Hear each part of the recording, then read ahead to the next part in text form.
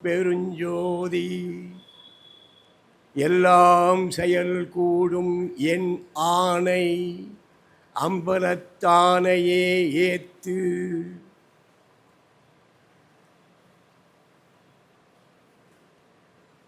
அரங்கரை பாராட்டுவதற்காக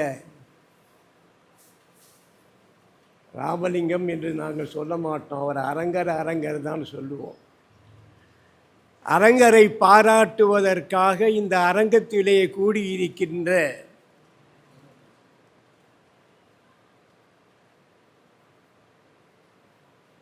தேர்ந்த தங்கம் போன்று அளவிலே பேசுகிற பொழுது எண்ணிக்கை பற்றி சொன்னார். தேவையில்லை, எண்ணிக்கை நமக்கு தேவையில்லை. எத்துணை பேர் பயன்படுகிறார்கள், எத்துணை பேர் ஆன்ம நேயத்தோடு இங்கே வந்து வாழ்த்துகிறார்கள் என்பதுதான் முக்கியம். ஆகவே இங்கே வந்ததும் எனக்கு ஒரு சூழல் ஏற்பட்டது. ஆரம்பத்திலே ஒரு அன்பர் உண்மையான மெய்யன்போடு ஆன்மீக உணர்வோடு ஒரு உயர்ந்த நிலைக்கு கொண்டு போனார். அவரை வணங்குகிறேன்.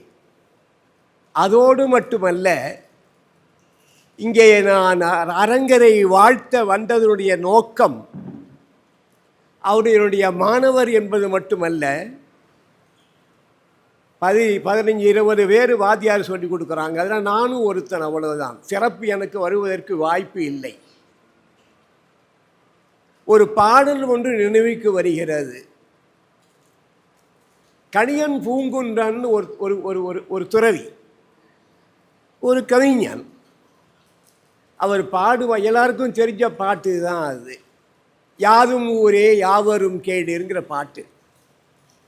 அதில் ஒரு 2 வரி, நீர் வழிப்படுவோம் புனைபோல் ஆறுயிர் முறை வழிப்படுவோம் என்பது திறவோர் காட்சியில் கண்டனம் ஆதலின் பெரியோரை வியத்ததும் இளமே சிறியோரை இகழ்தல் அதனிலும் இளமே. அப்படி 2 வரி வருது. என்ன அர்த்தம்னா, ஆற்றோடு போகின்ற ஓடம் போல இந்த வாழ்க்கையானது விதியினாலே வருவது என்பதை நான் நேரடியாக பிரதட்சமாக கண்டதினாலே பெரியோரை வாழ்த்து தேவையில்லை, சிறியோரை இகழ்தலும் தேவையில்லை அப்படின்னு ஒரு பாட்டு. அரங்கர் அவர்கள் என்னை வாழ்த்தணும்னு சொன்ன உடனே இந்த பாட்டு நினைவுக்கு வந்தது. இருந்தாலும் ஒப்புக்கொண்டேன். காரணம், அவர் பச்சைப்பனிரை பயின்றவர் என்ற பாசம் மட்டுமில்லை, ஒரு 10-15 ஆண்டுகள் முன்னாடியே படித்தவன் நான். அவர் முன்னாடியே பிறந்திருந்தால் அவருக்கு நான் மாணவராக போயிருப்பேன். ஆகவே அது ஒரு காரணம் இல்லை. அவர் எழுதியிருக்கின்ற 30, 40, 60 புத்தகங்களுக்கு மேலேயே அவர் எழுதியிருக்கிறார். அந்த 60-லே நான் சார்ந்த சித்தர்கள் தொடர்பான புத்தகங்களை ஒரு 10 புத்தகம் எழுதியிருக்கார். அதனால் பாராட்ட வரலை. அவர் உலகம் சுற்றிய வாலிபர். ஸ்பெயின், மொரீஷியஸ், எல்லாருக்கும் தெரிந்த இலங்கை, யாழ்ப்பாணம், சிங்கப்பூர், மலேசியா, சுவிட்சர்லாந்து, இப்படியெல்லாம் போனவர் அவர். அந்த பெருமைக்கும் உரியவர். ஆகவே பாராட்ட வரவில்லை. அவர் வாங்கிய பட்டங்கள், விருதுகள் ஏறக்குறைய 30-40 விருதுகள் இருக்கும். ஒரு 2-3 மட்டும் நான் படிக்கிறேன். நீங்கள் ரொம்ப வியப்படைகிற மாதிரி எல்லா துறையிலும் தொண்டு புரிந்தவர் அவர். நான் குறித்து வச்சிருக்கேன். இந்த மாதிரி தமிழ் படித்த ஒருவர் இத்தனை விருதுகள் வாங்கியதாக எனக்கு தெரியாது, எனக்கு நினைவில்லை. தமிழ் படித்த ஒருவர் 30-40 விருதுகள்.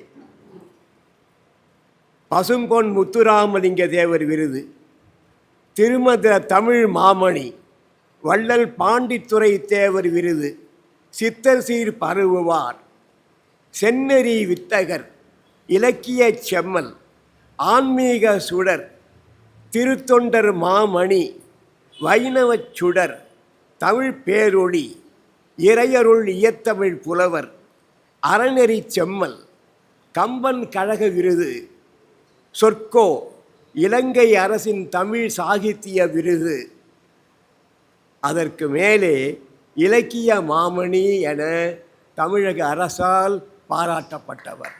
இன்னும் போயிட்டுருக்கு. தமிழக அரசினுடைய ஒரு அமைப்பு அரசு சார்பான கூட்டங்களிலே தனியாக அவருக்கு ஒரு அழைப்பு உண்டு. அது மட்டுமல்லாமல் நாங்கள் வைத்த ஒரு பெயர் நடமாடும் நூலகம். எனக்கு என்னைக்காவது சந்தேகம் வரும்னா அவருக்கு ஃபோன் பண்ணி கேட்டுடுவேன். நான் மட்டும் இல்லை, பல பேராசிரியர்கள், தமிழ் படித்தவர்கள் ஐயம் ஏற்படுவேயானால் அவரை கேட்பார்கள் என்பது எனக்கு தெரியும். நடமாடும் போஸ்ட் ஆஃபீஸு, நடமாடும் ஹோட்டலுக்கிற மாதிரி ஒரு நடமாடும் நூலகம், இப்படி ஒரு விருது அவருக்கு நாங்கள் வழங்குவோம். இதுபோல பல விருதுகளை பெற்றவர் என்ற சிறப்புடைய காரணத்தினாலே அவரை நான் வாழ்த்த வரவில்லை. வேற ஒரு காரணமும் இருக்குது. அவர் பிறந்த தேதி சில பேருக்கு இந்த நியூமராலஜி, நேமாலஜி அப்படியெல்லாம் பார்க்கறது உண்டு. அதில் 15/10/54 அவர் பிறந்த நேரம், பிறந்த நாள். இது எத்தனை பேருக்கு இந்த எண் கணிதத்திலே ஆர்வம் இருக்குன்னு எனக்கு தெரியாது. நேமாலஜியிலையும் சில குறிப்பு உண்டு. பாருங்கள், இந்த விழாவுக்கு வந்த அத்தனை பேருடைய பேர்லையும் பாருங்கள் ஒரு இறைத்தன்மை இருக்குது. அத்தனை பேரிலையும் ஒரு இறைத்தன்மை இருக்குது. அந்த வகையிலே ராமலிங்கர் என்பது என்னுடைய வணக்கத்துக்குரிய ஒரு இஷ்ட தெய்வம். 2 உண்டு. ஒன்று குலதெய்வம், மற்றொன்று விருப்ப தெய்வம். இது 2த்துக்கும் வேறுபாடு இருக்கு. ராமலிங்கர் என்னுடைய விருப்ப தெய்வம். ஏன்னா அதை முதல்ல ஆராய்ச்சி பண்ணி 12 நூட்களாக வெளியிட்ட பாலகிருஷ்ண பிள்ளை என்னுடைய தாத்தா. ஸோ அவருடைய வளர்ப்பிலே வளர்ந்த காரணத்தினாலே தான் அருட்பாவை 64 நான் எம்ஏ முடித்த உடனே அவர் 74 முடித்தார். 76 ஒரு 20 வருஷம் 2 பேர்த்துக்கும் வித்தியாசம் இருக்குது. அதுக்கு முன்னாடி அவர் பிறந்திருந்தேன்னா அவர் ஸ்டூடெண்ட், நான் நிச்சயமாக உறுதியாக அப்படி ஒரு ஆன்ம தொடர்பு உண்டு. ஆகவே அந்த 64 திரு அல்பாவை எடுத்தேன், அதுக்கப்புறம் திருமந்திரம் எடுத்தேன், அதுக்கப்புறம் அகத்தியரை எடுத்தேன். அந்த மாதிரி ஒரு லைனில் போயிட்டுருக்கேன். எனக்கும் அவருக்கும் ஒரு தொடர்பு, அந்த பிறந்த தேதியை சொல்கிறேன், 15/10/54. அதில் 3 இருக்குது,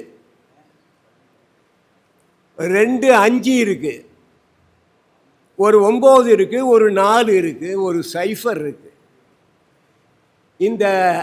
அந்த எண்ணிக்கை அத்துணையுமே நியூமராலஜியில் 1ங்கிறது சூரியனை குறிக்கும், 5ங்கிறது புதனை குறிக்கும், 9ங்கிறது செவ்வாயை குறிக்கும், 4ங்கிறது ராகுவை குறிக்கும். இத்தனை எண்களும் ஒரு ஆன்மீகத்தோடு, அது கூட போக விரும்பலை, அத்தனை எண்களும் ஆன்மீகத்தோடு மிக நெருங்கியவை. அந்த பெயர் வைத்ததற்கு சாதாரணமாக எல்லாத்துக்கும் வைக்க மாட்டாங்க. ராமலிங்கர் பெயர் வைக்க மாட்டாங்க, சாமியார் பண்டாரம் அப்படித்தான். அதாவது இந்த முருகனை கூட பண்டார கோலத்தோடு வணங்க மாட்டாங்க, ஜீசஸை உருவம் கிடையாது. அதுமாதிரி ராமலிங்கர் பேர் வைக்கிறதுக்கே பல பேர் தயங்குவாங்க. சொந்த வாழ்க்கையை பார்த்து பல பேர் தயங்கியது உண்டு. ஆகவே இருந்தாலும் கூட அந்த பெயருக்குள் மூழ்கி போய் பார்த்தா தான் தெரியும். அருட்பெருஞ்சோதி தனிப்பெரும் கருணை. வள்ளலார் 4 சொல்லுவார்.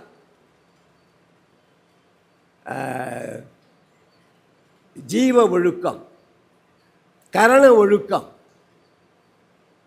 அதற்கு பிறகு இல்லை, முதல்ல இந்திரிய ஒழுக்கம், கரண ஒழுக்கம், ஜீவ ஒழுக்கம், ஆன்ம ஒழுக்கம், இந்த 4 வழி சொல்லுவார். அதில் இந்த இந்திரிய ஒழுக்கமும் கரண ஒழுக்கத்தோடு சேர்ந்த ஜீவன் இருக்க, அது அல்ல நான் பார்க்கிற ராமலிங்கம்.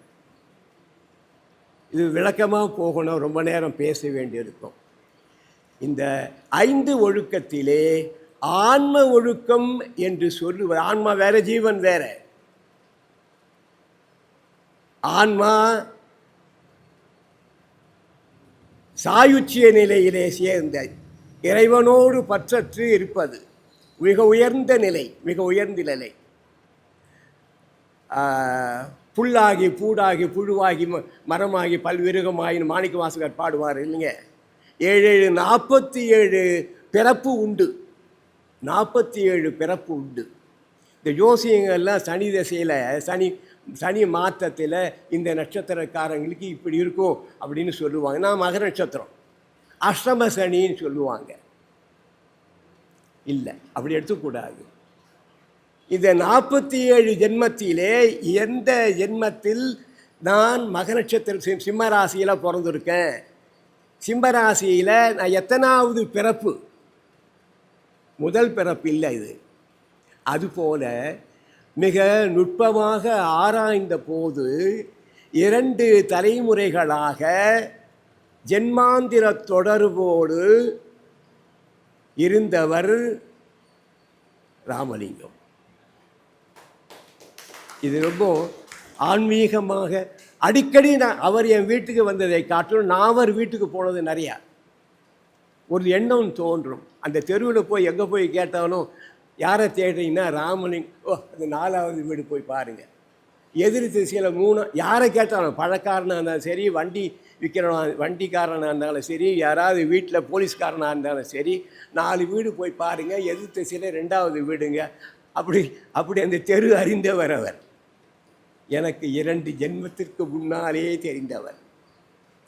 நான் அவரை வாழ்த்துவதற்கு, ஏற்றுக்கொண்டதற்கு காரணம் இதுதான். அவர் வாங்கிய பட்டங்கள் அல்ல, எங்கள் கல்லூரியிலே படித்தவர் அல்ல, அவருக்கு ஆசிரியர் என்ற பெருமை எனக்கு கிடையாது. 15 வாத்தியார் அவர் எடுத்திருக்காங்க. அது கற்பூரம், நான் கொளுத்தினா இல்லை, யார் கொளுத்தினாலும் பற்றிக்கிற கற்பூரம் அது.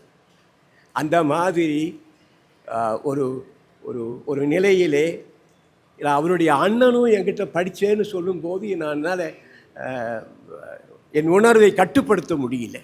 ஸோ அந்த மாதிரி ஒரு ஆன்மீக அடியார்கள் கூடிய ஆன்மநேய ஒருமைப்பாட்டு உரிமையோடு கூடியிருக்கின்ற இந்த அரங்கத்தில் அரங்கரை வாழ்த்துவதில் ஒரு ராஜா மாதிரி, ஈன்ற பொழுதின் பெரிதுவக்கும் தன்மகனை சான்றோன் என கேட்ட தாய். இந்த தாய்க்குத்தான் ரொம்ப பெருமை. தாயிற் சேர்ந்த கோயில் இல்லை அப்படின்னா.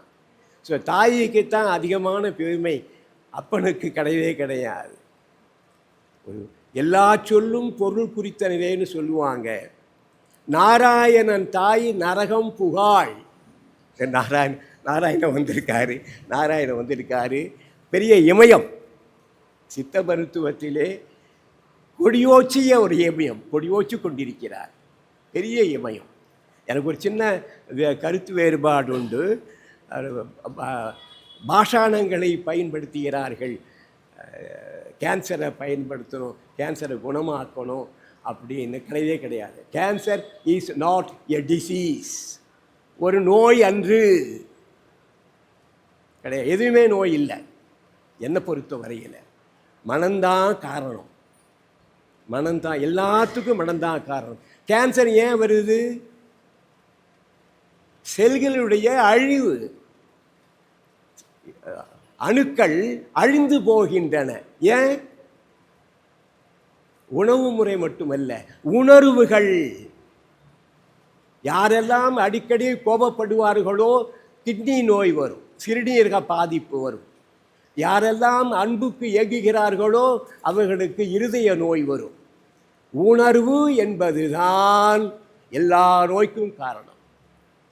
உணர்வு, உணவு, தவறான பழக்க வழக்கங்கள், இதனால தான் செல்கள் அழிந்து போகின்றன. இந்த செல்கள் அழியாமல் இருப்பதற்கான வழி நிறையா இருக்குது, நிறையா இருக்குது. ஸோ அது மாதிரி நான் கூட பல பேருக்கு குணப்படுத்தி இருக்கிறேன். மூலிகையினாலேயும் கவுன்சிலிங் ஒரு ஒரு ஒரு தன்னம்பிக்கையை உண்டாக்குவது, அந்த மாதிரி செய்ய முடியும் என்பது கூட மருந்து மாத்திரைகள் கிடையாது, நிச்சயமாக தேவை. ஒரு 600 பக்கத்துக்கு ஒரு மருத்துவத்தின் 2 பக்கங்கள்னு ஒரு புத்தகம் எழுதியிருக்கேன். அதில் 300 பக்கங்கள் அலோபதி மருந்துடைய ஆபத்துக்களை மட்டும், அலோபதி டாக்டர்கள் சொல்லிய கருத்துக்களை வைத்துக்கொண்டு எழுதியிருக்கேன். ஆதாரபூர்வமாக இன்னும் வெளியிடலை, பயம். ஏன்னா இப்போ ஏறக்குறைய ஒரு 300 வருஷத்துக்கு முன்னாடி அலோபதியே கிடையாது. அதுக்கு முன்னாடி இருந்த பாரம்பரிய மருத்துவம் மிகச்சிறந்த மருத்துவம். ஸோ அதுபோல் இங்கே என்னுடைய வணக்கத்துக்குரிய மாணவர் ரொம்ப அடிக்கோடிட்டு சொல்கிறேன், ஆன்மாவோடு 2 ஜென்மங்களாக தொடர்புடைய அவரை வணங்குகிறேன், வாழ்த்துவதிலே பெருமைப்படுகிறேன். நன்றி, வணக்கம்.